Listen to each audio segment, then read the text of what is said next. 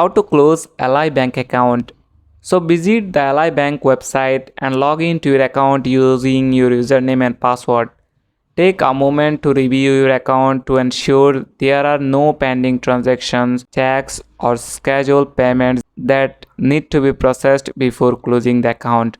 Make sure your account balance is zero.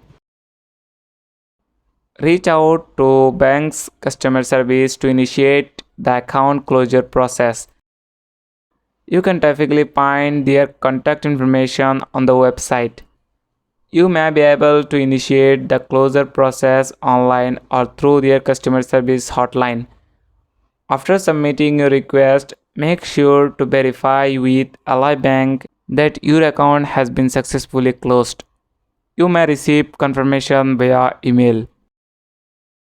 That's it. Thanks for watching the video.